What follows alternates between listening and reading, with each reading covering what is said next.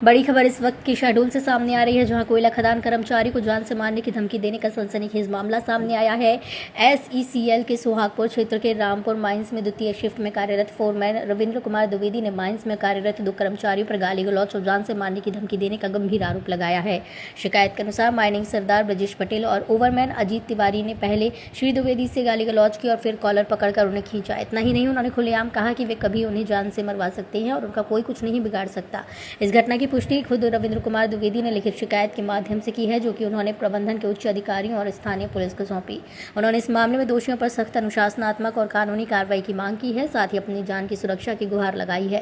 फिलहाल इस मामले में पुलिस ने शिकायत दर्ज कर ली है और जांच की प्रक्रिया शुरू कर दी गई है। इस मामले में अपनी पैनी नजर हम बनाए हुए हैं और आपको हर अपडेट से रूबरू कराते रहेंगे। ऐसे मामलों में समय रहते कार्रवाई ना की जाए तो यह न केवल एक व्यक्ति की सुरक्षा बल्कि पूरी कार्यस्थल की व्यवस्था पर सवाल खड़े करता है।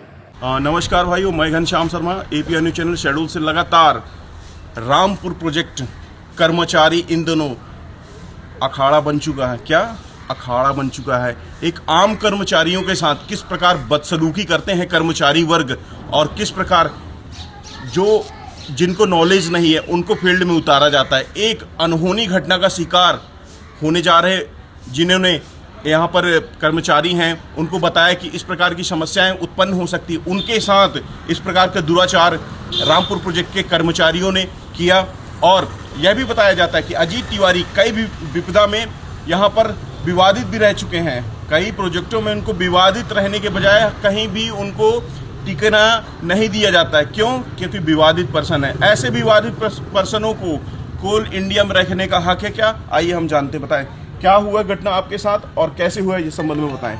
कल मेरी ड्यूटी द्वितीय पाली में रिले ए शिफ्ट में थी। मैं रविंद्र कुमार द्विवेदी रामपुर बटुआ में फोरमैन के पद पर कार्यरत हूँ। मैं वहाँ पे कल 2 बजे के 6 मिनट में अपनी उपस्थित दर्ज कराया, हाजिरी उपस्थित हो उसमें पंजीयन में। और इसके बाद वहाँ पे बैठे एनपी पटेल जो शिफ्ट मैनेजर हैं, मैं उनसे बोला कि सर कल के संबंध में जो राहुल मिश्रा अभी 7-8 दिन पहले 10 दिन पहले माइनिंग सरदार के पद पे ज्वाइन किया है, उसके बारे में मैं कुछ चर्चा कर सकता हूँ। तो उन्होंने बोला कि हाँ रविंद्र बात कर सकते हो।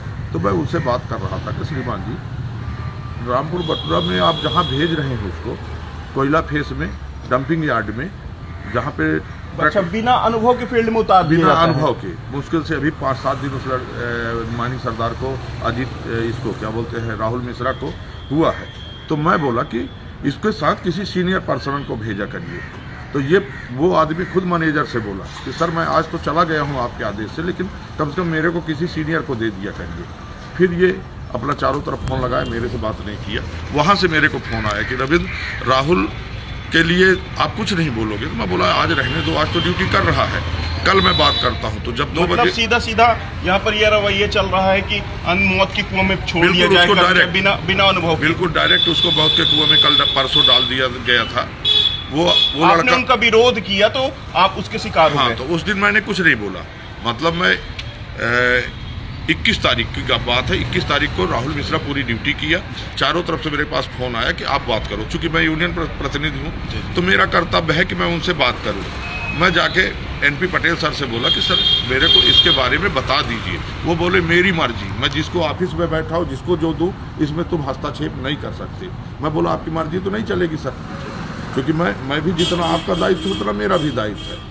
इतने में ब्रजेश पटेल पीछे से आता है और मेरी बाह पकड़ के गाली देता है। बोले हमको कोई कुछ नहीं खदान भेज सकता, हमारा कोई कुछ नहीं बिगाड़ सकता। मैं यहाँ पे खड़ा हूँ, जिसको जो बिगाड़ना हो तुमको जहाँ शिकायत करना हो, और राहुल ही जाएगा, हम लोग नहीं जाएंगे। और ये दोनों इतने में ये मेरी बाह पकड़ के पीछे से माँ बहन की गाली देते हुए, मतलब जी अगर मौत किसी कारण से होती है उसमें नादान बच्चे की, तो उसका शिकार कौन होगा? इन्हीं लोग जिम्मेदार होंगे, पटेल जी लोग। ये सब अपना बचा लेके पल्ला झाड़ लेके किसी कर्मचारी को फंसा देंगे। तो ऐसा थोड़ी ना होता, अनुभव की दृष्टि नहीं है उनको और मौत के कुएं में धकेल दिया जाता है। तो ये जो है ना यही करते हैं। ऐसी कई घटनाएं हो चुकी है। इतने में ब्रजेश पटेल से मैं बोला कि देखो तुम मेरे छोटे भाई जैसे हो, मैं तो साहब से बात कर रहा हूँ। तो वो बोला रुक जाओ मैं तुमको निपटवा दूंगा, क्योंकि इसका ससुराल है वहाँ पे क्या बोलते हैं वहीं पे रामपुर के पास है।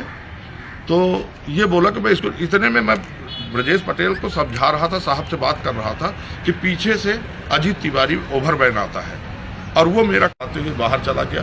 तब वहाँ बैठे मैनुद्दीन और 2-3 लोग थे, रफीक था, विश्वजीत तिवारी थे, ये लोग दौड़ के मेरे को संभाले। और मैनुद्दीन बोला कि श्रीमान जी, रविंद्र का मर्डर कराना चाहते हो?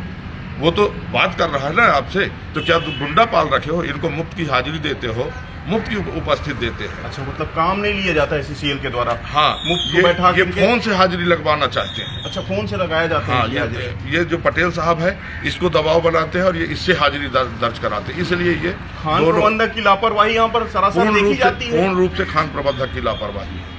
पूर्ण रूप से जिस तरह की वहाँ की स्थिति चल रही है वो बहुत ही दयनीय है। कभी भी कोई घटना घट सकती है। जी बिल्कुल, बताया जा रहा है द्विवेदी जी के द्वारा बड़ी घटना होने का काफी संभावना बढ़ चुका है, क्योंकि नवयुवक जो कि जिनको किसी प्रकार का अनुभव नहीं रहता, उनको फील्ड में उतार दिया जाता है। मैं Ghanshyam Sharma, APN news channel Shahdol से। आइए हम जानते हैं एक बार और विशेष चर्चा करते हैं कि परंपरा क्या रहती है वहाँ पर, कि कैसे आप ड्यूटी करते हैं और किस प्रकार आपको दबाव रहता है कि नहीं रहता है, बताएं। हम लोग वहाँ पे ड्यूटी करते हैं। मैं एक्सकेवेशन वर्कशॉप में हूँ, और चूंकि हमारा रोल है डंपर को निकालना, डंपर मेंटेनेंस करके हम लोग भेज देते हैं, और उन लोगों का काम है कि खदान की क्या पोजीशन है। लेकिन ये दोनों व्यक्ति वहाँ पे शिफ्ट मैनेजर का रूम बना हुआ है, वहाँ पंखा में बैठे रहते हैं। इन्हीं के कारण अभी रंजीत का परसों ट्रांसफ़र हुआ है, वो भी माइनिंग सरदार था, वो बोला मैं इसके साथ ड्यूटी नहीं कर सकता अजीत तिवारी के साथ, क्योंकि ये आए दिन मिसबिहेव करता है। इसकी बता रहे हैं, कल मेरे पास कई जगह से मैसेज आया कि ये दामनी से इसको हटाया गया है। दामनी में भी यह भी बताया दुत्कार के हटाया गया। हाँ, इसको दुत्कार के वहाँ से दामनी से हटाया गया है कि जाओ तुम यहाँ से हटो। इसकी शायद चार्जशीट होगी, इसकी इंक्वायरी दामनी में भी की जाए, क्योंकि ये आदमी किसी को भी गाली दे सकता है, किसी को भी किस कर सकता है। और मैं यही आशा करता हूँ मीडिया के माध्यम से, पुलिस प्रशासन से, अपने कॉलोनी प्रबंधन से, चूँकि मैं 40 किलोमीटर दूर से अपने तो केवल क्या दामनी प्रोजेक्ट या खान प्रबंधक केवल ट्रांसफर कराना चाहते, सस्पेंड या नियुक्ति संबंधित या खत्म नहीं कर सकते क्या? देखिए, ये प्रबंधन का मैटर है, प्रबंधन किस तरह से चलाती है, लेकिन प्रबंधन की लापरवाही वहाँ स्पष्ट दिखती है। लेकिन इस तरह के आदमी किसी भी समय कभी भी घातक हैं। चूँकि ये मेरे को सीधे धमकी दी है कि तुम 40 किलोमीटर दूर अपने गांव धुरबार से आते हो, शहडोल के पास से, हम इस बीच में तुम्हारा कहीं भी मर्डर करा देंगे। उसमें पटेल साहब जो NP पटेल मैनेजर है, वो हंस रहा था, बोले बहुत अच्छा बहुत अच्छा बहुत अच्छा आप काम कर रहे हो, मतलब उनको शाबाशी दे रहे थे। और मुफ्त की हाजिरी आप जांच करवा लीजिए। मैं उनका नाम बता देता हूं कि ब्रजेश पटेल फोन से हाजिरी लगा के अपनी हाजिरी लगवाता है, अजीत तिवारी शहडोल में रह के अपनी हाजिरी लगवाता है, MTK मना करता है, तो ये पटेल साहब बोलते हैं कि आ रहा है। मैं बताऊंगा ना तुमको, पूरी मतलब कॉल लिस्ट इनकी अगर खंगाली जाए ड्यूटी के दौरान, स्पष्ट प्रतीत होता है, स्पष्ट प्रतीत होता है। आप देखेंगे इनको कि वो कैसे हाजिरी लेते हैं, कैसे दबाव देते हैं, कैसे मुफ्त की ओवर टाइम लेते हैं। देखा जा रहा है कि किस प्रकार खान प्रबंधक की लापरवाही, केवल शासन के पैसे का दुरुपयोग करते भी दिख रहे हैं कि मुफ्त का यहाँ पर पेमेंट दिया जा रहा है और उसे कर नहीं लिया जा रहा है। लगातार एक यह भी मामला देखने को मिला, और किस प्रकार की गुंडाइशी, यहाँ पर यह भी बताया जा रहा है कि हत्या करने की साजिश रामपुर प्रोजेक्ट के क्षेत्र में इन माफियाओं के द्वारा की जा रही है। किसका संरक्षण है, यह भी आप जान ही सकते हैं। मैं Ghanshyam Sharma, APN news channel.